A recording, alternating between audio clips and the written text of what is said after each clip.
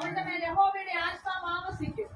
ജ്ഞാനത്തിന്റെയും വിവേകത്തിന്റെയും ആത്മാവ്, ആലോചനയുടെയും ബലത്തിന്റെയും ആത്മാവ്, പരിജ്ഞാനത്തിന്റെയും യഹോവഭക്തിയുടെയും ആത്മാവ് തന്നെ. നോക്കണം, 6 ബ്രാഞ്ച്.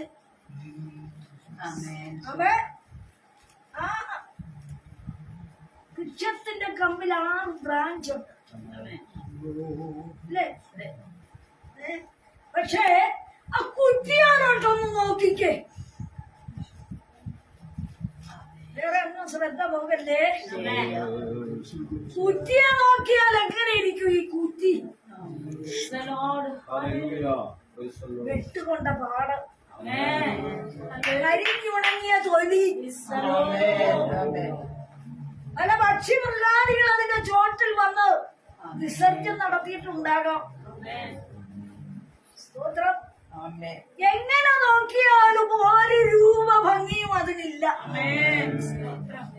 പലപ്പോഴായി അതിനിട്ട് വെട്ടുകൊണ്ടിട്ടുണ്ട്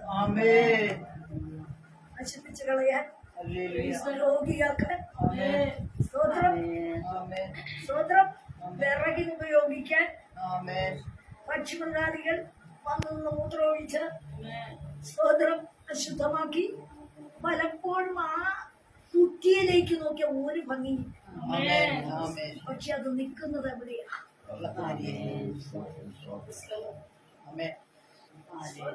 നിൽക്കുന്നത് എവിടെയാ? ആ കുറ്റിയുടെ അടിയിൽ ഒരു പച്ചവേരാഴത്തിലേക്ക് പോയിട്ടുണ്ട്.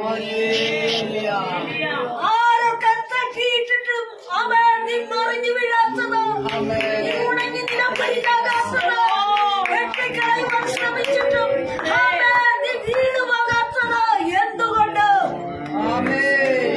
ഒരു വേരത് നിന്റെ തലമുറയോട് അത് ആഴത്തിലേക്ക് വേരൂന്നി പച്ചയായി അവൻ കിളിർപ്പിനൊരുങ്ങിക്കൊണ്ടിരിക്കുന്നു.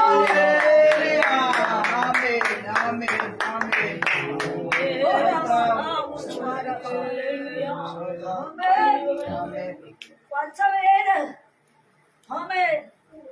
എന്താണ് പറഞ്ഞിരിക്കുന്നത്? വിവേകത്തിന്റെയും ആത്മാവല്ലോ. കുറ്റിയിൽ നിന്ന് മുള പൊട്ടി കുറ്റിയിൽ നിന്ന് പുറപ്പെടുന്നു. അവൻ ഈ മുളയിലാണ് ശിഖരം പൊങ്ങുന്നത്.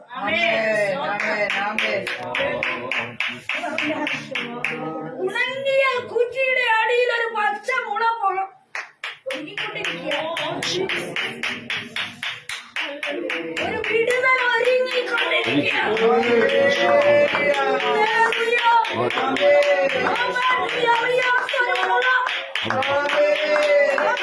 കുടുംബത്തെ ഉദ്ധരിക്കാനുള്ള ഒരു മുള, നിന്നെ വിശാലപ്പെടുത്തുന്ന ഒരു മുള,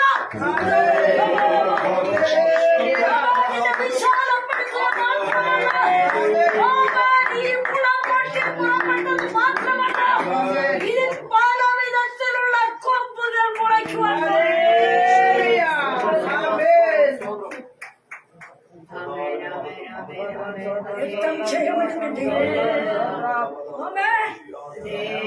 കുറ്റിയെന്നോർത്ത് വേദനിക്കുന്നു, വെട്ടുകൊണ്ടെന്നോർത്ത് വേദനിക്കുന്നു, ആരോഗ്യം പോയതോർത്ത് വേദനിക്കുന്നു, ക്ഷീണമെന്ന് പറഞ്ഞ് നീ വേദനിക്കുന്നു, രൂപഭംഗി പോയെന്നോർത്ത് നീ വേദനിക്കുന്നു. വേണ്ട,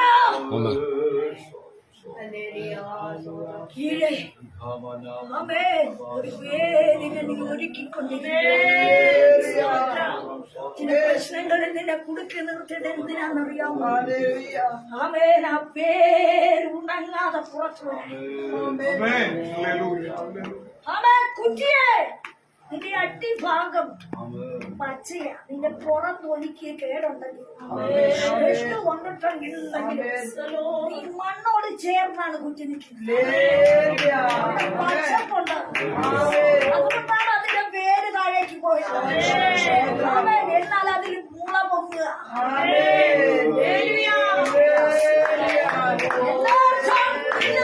വിശ്വാസത്തിന്റെ വിശാലത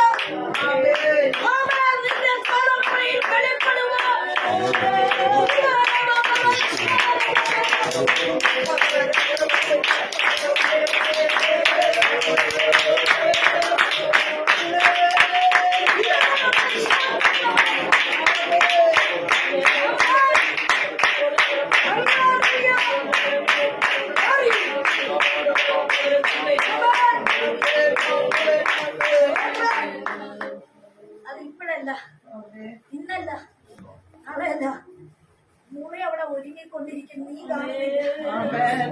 പക്ഷേ ദൈവം കുത്തി നിറച്ചോണ്ടിരിക്കുക എന്തൊക്കെയാ ആത്മഫലം,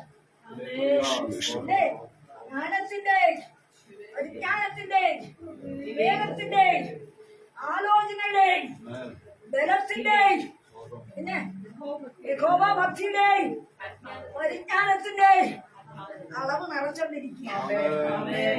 ഇവിടെ മുളയില് അപ്പോ ഒരു സ്റ്റാർട്ടിംഗ് പോയിന്റിലേക്ക് തലമുറയെ എടുത്തു വെക്കുമ്പോ തടസ്സമുണ്ടാവും. എന്തിനാണെന്നറിയാമോ? സ്തോത്രം ചിലതൊക്കെ നിറച്ചിട്ട് വിടാനാണ്. നാളുകളായി ചില ചോദ്യ വിഷയം, നാളുകളായി വാദിക്കുന്ന ചില വിഷയം എന്തുണ്ട് കയ്യില്? സ്തോത്രം എങ്ങനെയാ മുമ്പോട്ട്? വലിയ ശകടത്തിലൊക്കെ നടക്കുന്നില്ലേ? എന്തുണ്ട്? പക്ഷെ നിനക്ക് പറയാം, എന്റെ മൂളാകെ തൊഴിങ്ങിക്കൊണ്ടിരിക്കും. എന്റെ മൂളയാകെ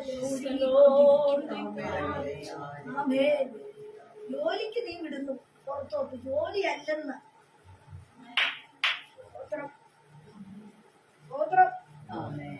ജോലിയല്ലെന്ന്. ശിശുവിനായി മുല കുടിക്കുന്നവരുടെ വായിൽ ബലം നിയമിച്ചിരിക്കുന്നു. ജ്ഞാനം നിറഞ്ഞവൻ, ആത്മബലത്തിൽ പുറപ്പെടുന്നവൻ, ആത്മാവിന്റെ ശക്തിയിൽ അവൻ നടത്തപ്പെടുന്നവന്റെ ഉള്ളിൽ നിന്നൊരു വാക്കിനാൽ ദൈവത്തിന്റെ ജനത്തെ മുഴങ്കാൽ മടക്കി.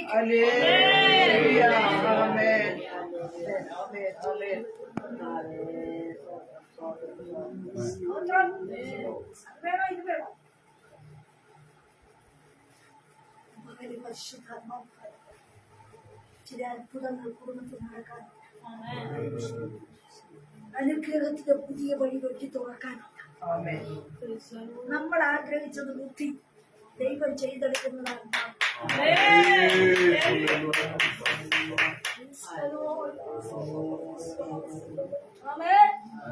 ചില പൂർത്തീകരണം നിനക്ക് വേണ്ടി ദൈവത്തിന്റെ ആത്മാവ് ഒരുക്കുന്നു.